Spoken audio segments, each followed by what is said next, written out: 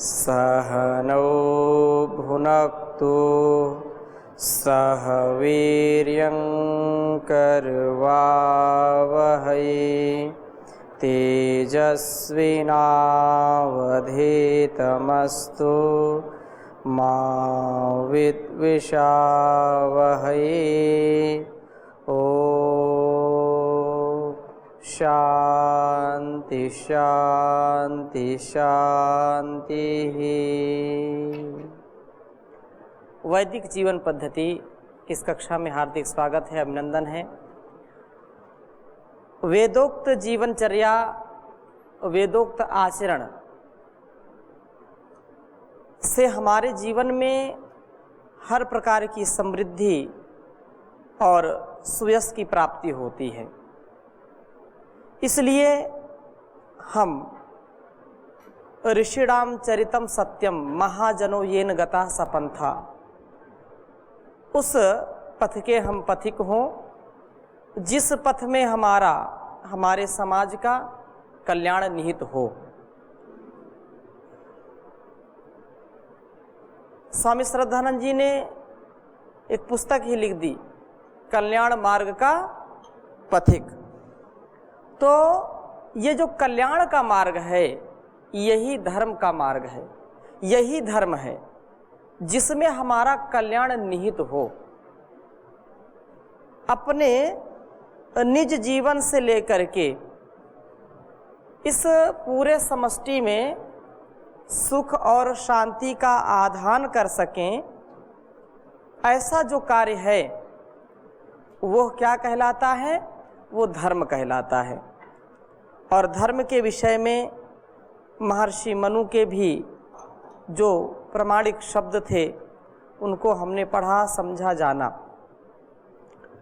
कुछ और भी धर्म के विषय में आगे चर्चा करते हैं, क्योंकि यह पहले ही कहा है कि चर्चा सद ज्ञान की हो, और वो सद ज्ञान की चर्चा किसके लिए है? वह हमारे आचरण में उतरे, हमारे व्यवहार में उतरे।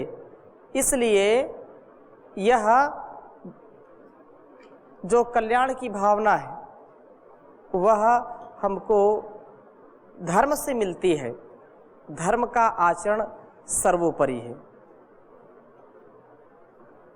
क्योंकि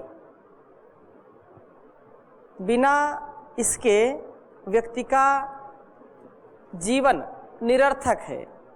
जैसे कोई वृक्ष बिना फल के, बिना अच्छे छांवदार ये जो वृक्ष नहीं होते वो निरर्थक ही होते हैं। कुछ ना कुछ तो यद्यपि उनका लाभ मिलता है, परंतु जैसे फल फूल से, पत्तों से लदे वृक्ष का महत्व होता है, उतना महत्व उनका नहीं होता जिनमें फल और फूल नहीं लगते, जिनमें व्यक्ति या पशु पक्षी आकर के बैठ करके छांव नहीं प्राप्त करते, शांति की अनुभूति नहीं करते, वे वृक्ष ज़्यादा उपयोगी नहीं माने जाते हैं। हाँ, वो कहावत भी है, बड़ा हुआ तो क्या हुआ, जैसे पेड़ खजूर, पंछी को छाया नहीं, फल लागे अति दूर। तो जो धार्मिक व्यक्ति होगा वो गुणों से भरपूर होगा, बहुत ही निष्ठा, भक्ति, श्रद्धा, करुणा से परिपूर्ण होगा। उसकी सन्निधि मात्र से हमको सुख और आनंद की अनुभूति होती है, उसके दर्शन मात्र से। साधुनाम दर्शनम पुण्यम, पुण्य की प्राप्ति होती है ऐसे महापुरुषों के दर्शन करने मात्र से। तो इसी क्रम को आगे बढ़ाते हैं। धर्म का जो यहाँ पर हम स्वाध्याय कर रहे हैं, इज्जा अध्ययन दानानि तपः सत्यम क्षमा दमः अलोभ इति मार्गो अयम धर्मस्य अष्टविधा स्मृतः। इसी को आगे कह रहे हैं कि अद्रोह, लिख लीजिए, बहुत ही अच्छा ये श्लोक है। धर्म की परिभाषा करते हुए कह रहे हैं,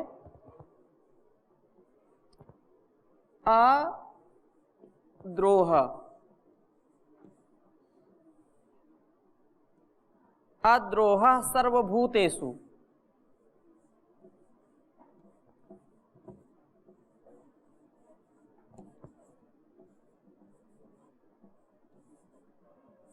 अद्रोहः सर्वभूतेषु कर्मणा मनसा गिरा।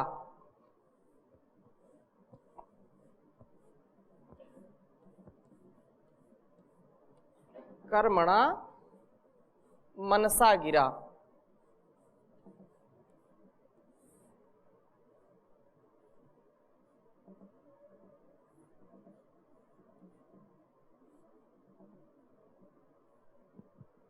अद्रोहा सर्वभूतेषु कर्मणा मनसा गिरा। अनुग्रहश्च दानञ्च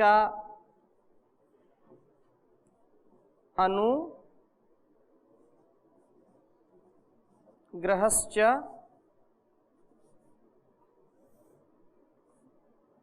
दानञ्च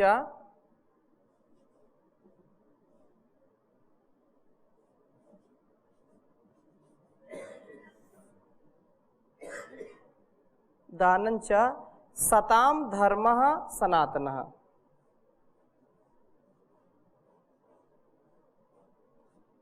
सतां धर्मः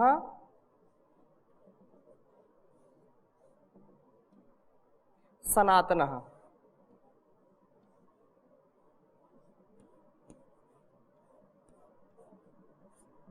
बहुत ही अच्छा श्लोक है, आप स्मरण भी कर सकते हैं और जीवन में उतार करके इसको आप बहुत ही आनंद की अनुभूति कर सकते हैं। अद्रोहः सर्वभूतेषु कर्मणा मनसा गिरा। अद्रोहः सर्वभूतेषु कर्मणा मनसा गिरा। अनुग्रहश्च दानञ्च सतां धर्मः सनातनः। अनुग्रहश्च दानञ्च सतां धर्मः सनातनः। ध्यान दीजिए, बहुत ही अनुकरणीय अनुसरणीय बात ये कह दी कि अद्रोहा सर्वभूतेषु, सभी भूतों में अद्रोह की भावना। हम अपने जीवन में यदि इसको अपना लें, इसको जीने लगें, तो बहुत ही सुख और शांतिपूर्ण हमारा जीवन हो जाएगा। सब प्राणियों पर क्या है? अद्रोहा सर्वभूतेषु। कैसे? कर्मणा मनसा गिरा। कर्म से, मन से और वाणी से। मनसा वाचा कर्मणा, मन से भी, वाणी से भी और कर्म से भी सभी प्राणियों के प्रति क्या है? अद्रोह की भावना। द्रोह नहीं होना चाहिए। क्रोध, द्रोह, ईर्ष्या, असूया अर्थानाम यम प्रतिकोपः, एक जो है अष्टाध्यायी का सूत्र आता है।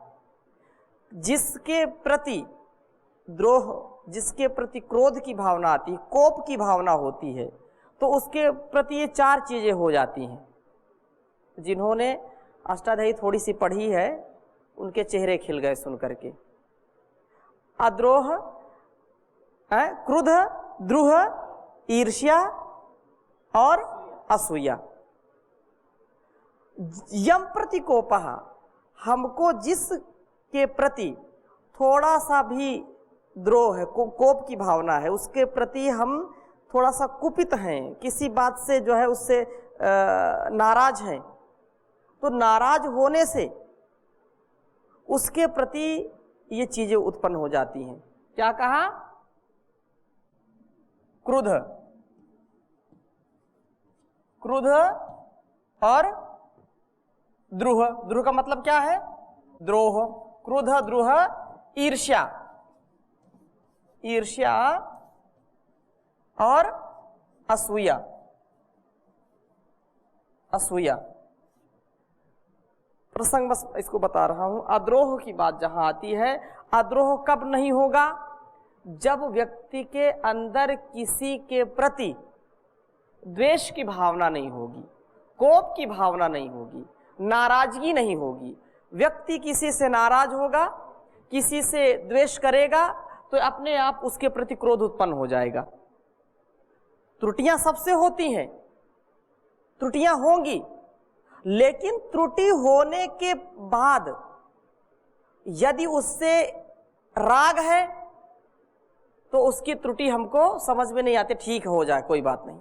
लेकिन यदि उसके प्रति जरा सा भी द्वेष है, उसके प्रति जरा सा भी कोप है, तो ये चीज अपने आप आ जाएगी। क्रोध उसके बहुत तेजी, उसको मौका मिल गया टोकने को, उसको मौका मिल गया डांटने फटकारने का, क्रोध उतारने का उसको मौका मिल गया, फिर वो छोड़ेगा नहीं, क्रोध जरूर करेगा उसके ऊपर। क्रोध क्रोध क्रोध आना। द्रोह, यहां पर अद्रोह की भावना है। अद्रोह की भावना सभी प्राणियों के प्रति मनसा वाचा कर्मणा होनी चाहिए, ये धर्म है। लेकिन स्वार्थ में, अज्ञानता में, अल्पज्यता में, अहंकार में हम इस चीज को ध्यान में नहीं ला पाते, जिसको हम जीना भी नहीं चाहते, ना स्वभाव में आ पाता है। यदि ध्यान कोई दिलाता है तो भी हम पूरा ध्यान नहीं दे पाते हैं। इसलिए कहा कि अद्रोह कब होगा? जब किसी के प्रति द्वेष की भावना नहीं होगी। यस्मिन् सर्वाणि भूतानि आत्मैवा भूत विजानता तत्र को मोहा कह शोका एकत्वम अनुपश्यता। जिसमें हम उस विराट के दर्शन करते हैं, एकत्व की भावना से ओतप्रोत होते हैं, तो वहां पर कोई मोह और कोई शोक नहीं होगा। और जहां पर मैं की बात आ जाएगी, अहंकार की बात आ जाएगी, भिन्नता की बात आ जाएगी, नानत्व की बात आ जाएगी। नानत्व मतलब अलग अलग देखना, ये मेरा है, ये तेरा है, ये उसका है, ये उसका है, ये उसका है। तो ये जो भावना है नानत्व की भावना, इसमें क्रोध भी आएगा, ईर्ष्या भी आएगी, द्वेष भी आएगा, और द्रोह की भावना भी आएगी, विद्रोह करेंगे लोग। तो क्रुद्ध द्रोह, वहां पर द्रोह की भावना उत्पन्न हो जाती है। व्यक्ति जो है विद्रोह कर बैठता है जब नानत्व की बात आती है। एकत्व की बात जब नहीं होगी, अयम निजः परो वेत्ति गणना लघु चेतसाम उदार चरिता नाम तु वसुधैव कुटुंबकम। ये मेरा है, ये तेरा है, ये किसकी सोच है? ये जो लघु लघु चेतसाम, जिनकी चेतना बहुत निम्न है, बहुत कम सोच पाते हैं, उनका सोचना यह है कि ये तुम्हारा, ये मेरा है। और जो उच्च चेतना में जीते हैं उनके लिए क्या है? वसुधैव कुटुंबकम। ये पूरा संसार ही उनके लिए एक कुटुंब है, एक परिवार है।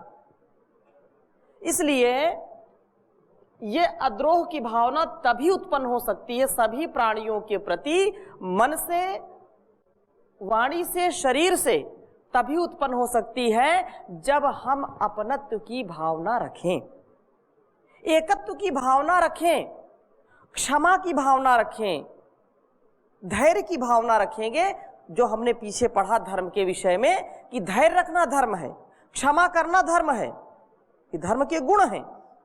जब हम एक दूसरे के प्रति क्षमा का भाव रखेंगे, गलतियां होती हैं सबसे, क्षमा का भाव रखेंगे तो उससे प्रेम बढ़ेगा।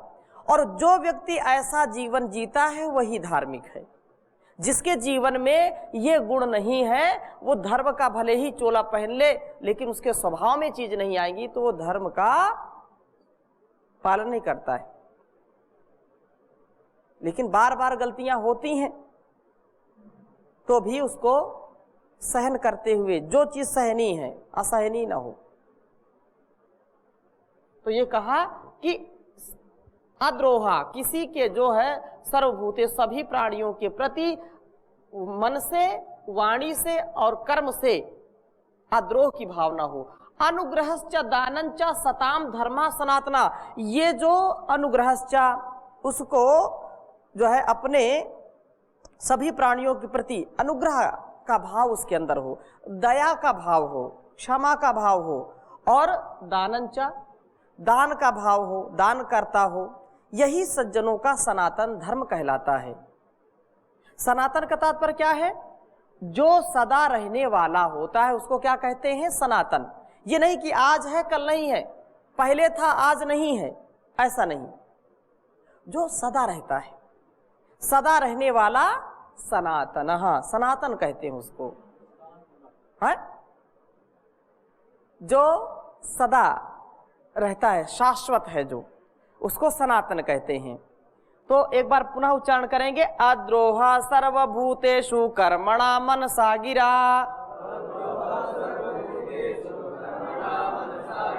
अनुग्रहश्च दानञ्च सतां धर्मः सनातनः।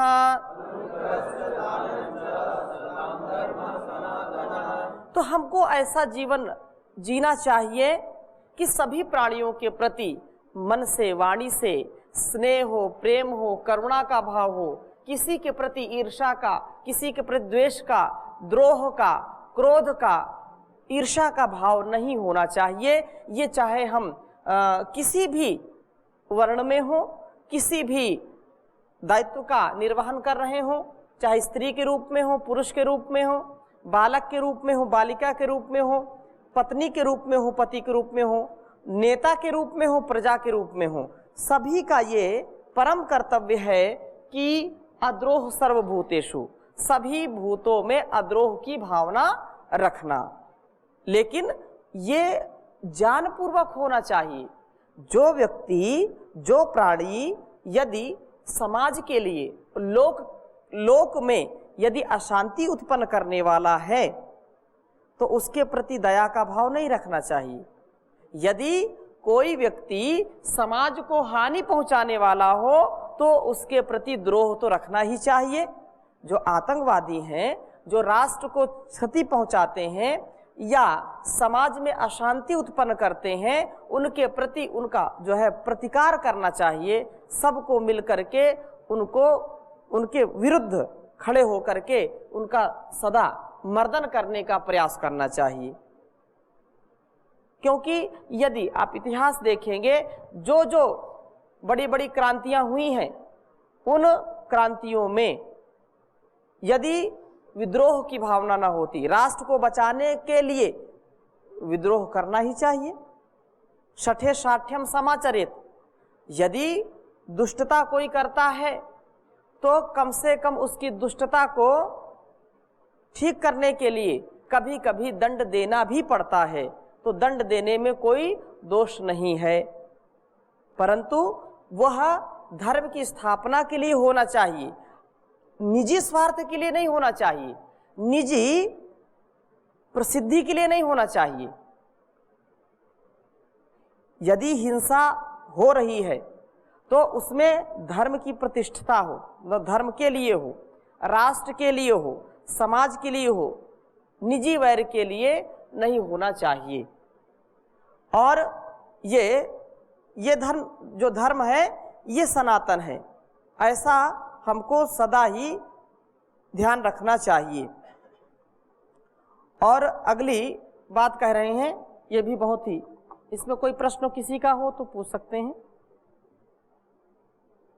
ठीक है, तो इस जीवन में जो धर्म क्या है? हमारा निज कर्तव्य, हमारा जो अस्तित्व है उस अस्तित्व में सह अस्तित्व बना करके रहना, सहजता ही धर्म है। जो हमारे साथ जन्म जिसका हुआ है, सहज है, जो शांति सहज है, सुख सहज है, अपने अपने कर्मों के प्रति, अपने अपने कर्तव्य कर्मों के प्रति व्यक्ति की जागरूकता ये सहज है। इसलिए हमको इसको जीवन में उतार करके सदा आगे बढ़ना चाहिए। और क्या कह रहे हैं, दूसरा श्लोक भी इसी से मिलता जुलता है, अहिंसा।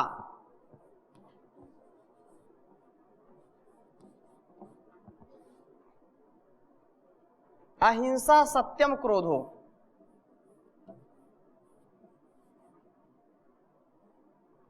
सत्यम अक्रोधो,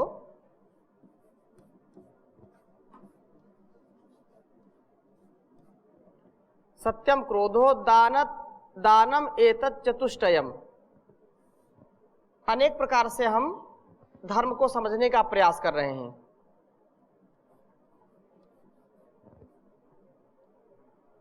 दानम एतत् चतुष्टयम,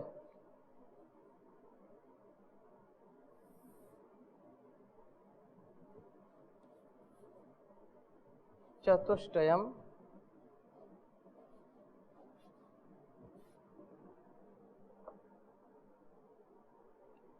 अजात शत्रु सेवस्व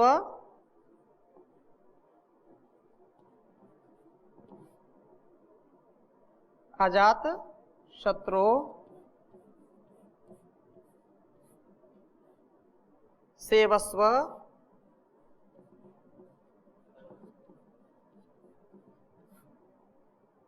धर्मः एषः सनातनः धर्मः एषः सनातनः।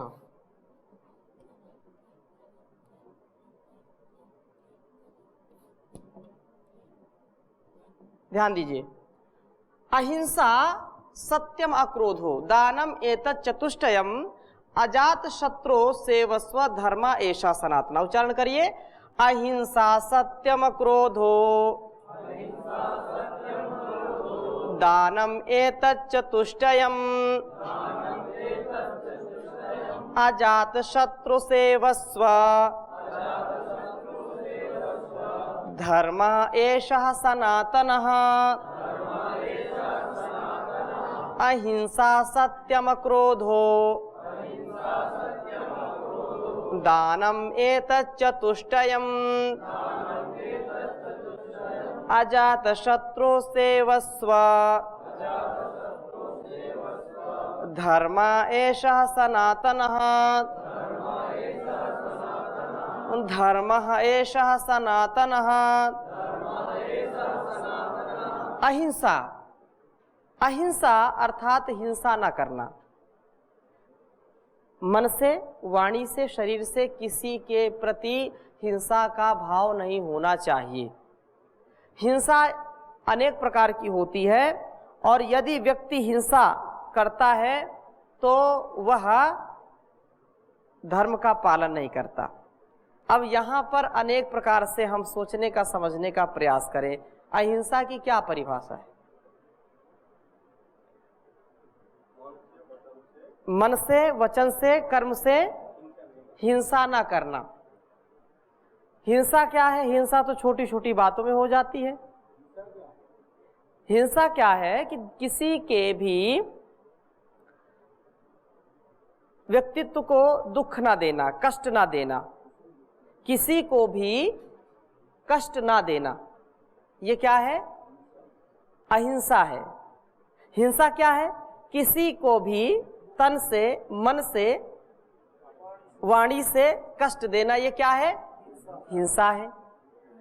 अब इसको जानपूर्वक यदि हम सोचेंगे तो माता पिता, गुरु, आचार्य बच्चों को या विद्यार्थियों को बिना हिंसा के तो कुछ शिक्षा दे नहीं सकते। हिंसा तो होती है ना, उसको कितना प्रताड़ित करते हैं, उसकी ताड़ना होती कि नहीं होती? जो सुबह उठना नहीं चाहता है, आप उसको उठाओगे तो सुबह सुबह हिंसा होगी, होगी कि नहीं होगी? लेकिन ये हिंसा हिंसा नहीं है, क्योंकि ये उसके कल्याण के लिए किया जा रहा है। यदि उसको सत्य बोलने से, ईमानदारी से कार्य करने के लिए, पुरुषार्थ को सिखाने के लिए, उसमें आचरण की शुद्धि के लिए, हर प्रकार की पवित्रता के लिए उसको दंड देना, उसको डांटना, समझाना, उसका बार बार दिल भी दुखे तो भी अच्छे कामों को करना, कराना, उससे हिंसा तो होगी। लेकिन वो हिंसा किस लिए है? उसके स्वभाव में परिवर्तन के लिए है, उसके व्यक्तित्व में परिवर्तन के लिए है। बच्चा चोरी करके आया, माता ने उसको डांटा, फटकारा, पीट भी दिया, हिंसा तो हुई। लेकिन ये हिंसा किस लिए है? ताकि वो हिंसक आगे ना बने। किसी को उसने मारा पीटा, और मारा पीटा किसी की खुद हिंसा की, तो माता पिता उसको डांट फटकार करके उसकी हिंसा की। लेकिन दोनों में अंतर है। एक व्यक्ति ये है कि किसी ने किसी को कुछ कहा और उसने उसको पीटा, कई बार बातों बातों में ही उसकी कई हत्या कर देते हैं, तो उसका ये दोष है, उसकी बहुत बड़ी हिंसा है। अपने निजी स्वार्थ के लिए किसी से हमने बकझक की, किसी को अपमानित किया, ये क्या है? ये हिंसा है। हिंसा से हमको बचना चाहिए।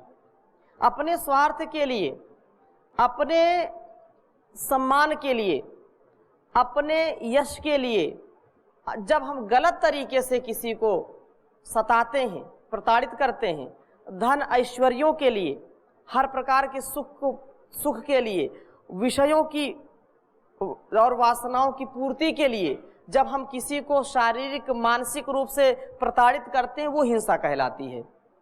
और भी अनेक परिभाषाएं की जा सकती हैं, बताई जा सकती हैं, लेकिन ये बात समझ लीजिए कि हम किसी को अज्ञानता पूर्वक, अविवेक पूर्वक, बातों पर ध्यान दीजिए, अज्ञानता पूर्वक, अविवेक पूर्वक जब हम किसी को, अव्यवहारिकता पूर्वक हम किसी को जब तन से, मन से, वाणी से कष्ट देते हैं तो क्या कहलाती है? हिंसा कहलाती है। और विवेक पूर्वक जो हम हिंसा करते हैं, ज्ञान पूर्वक जो हिंसा करते हैं, वो हिंसा नहीं होती है। वो हम उस व्यक्ति के व्यक्तित्व निर्माण के लिए अथवा समाज निर्माण के लिए, स्वस्थ समाज के लिए यदि हम जानपूर्वक किसी को कष्ट देते हैं, किसी की हिंसा करते हैं, किसी को जो है दंडित करते हैं, तो वह हिंसा नहीं कहलाती। वो तो व्यवस्था को बनाने के लिए होती है, क्योंकि यदि हम ऐसा नहीं करेंगे तो वह बहुत ही हानिकारक होगा। तो आज यहीं तक, आगे चर्चा करेंगे। शेष यहीं पर विराम करते हैं। ओम शांति शांति शांति।